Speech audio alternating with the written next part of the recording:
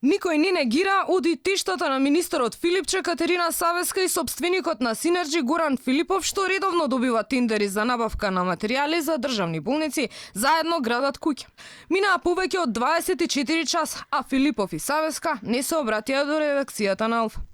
И министерот реши да молчи, а барање за извинување за објавен прилог на Алфа преку кој се отвараат основани прашања од јавен интерес пристигна од Министерството за здравство.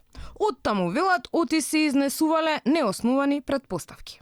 Не постои никаква поврзаност помеѓу министерот Венко Филипче и наводниот објект за кој што се зборува во прилогот или со собственикот на објектот.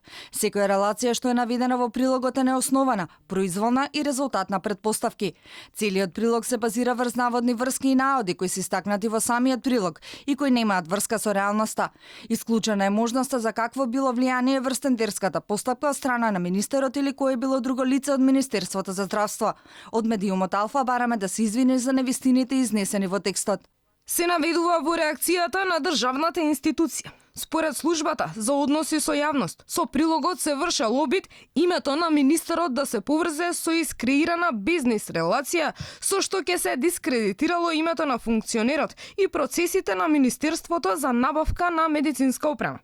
Нејасно е зошто министерот самиот директно не негираше дека негова роднина и собственикот на Синерџи, за кој потврди дека го познава, но не биле многу блиски пријатели, заедно градат куќа. Дали сте пријател и го познавате Горан Филипов, собственик на Синерџи Медикал?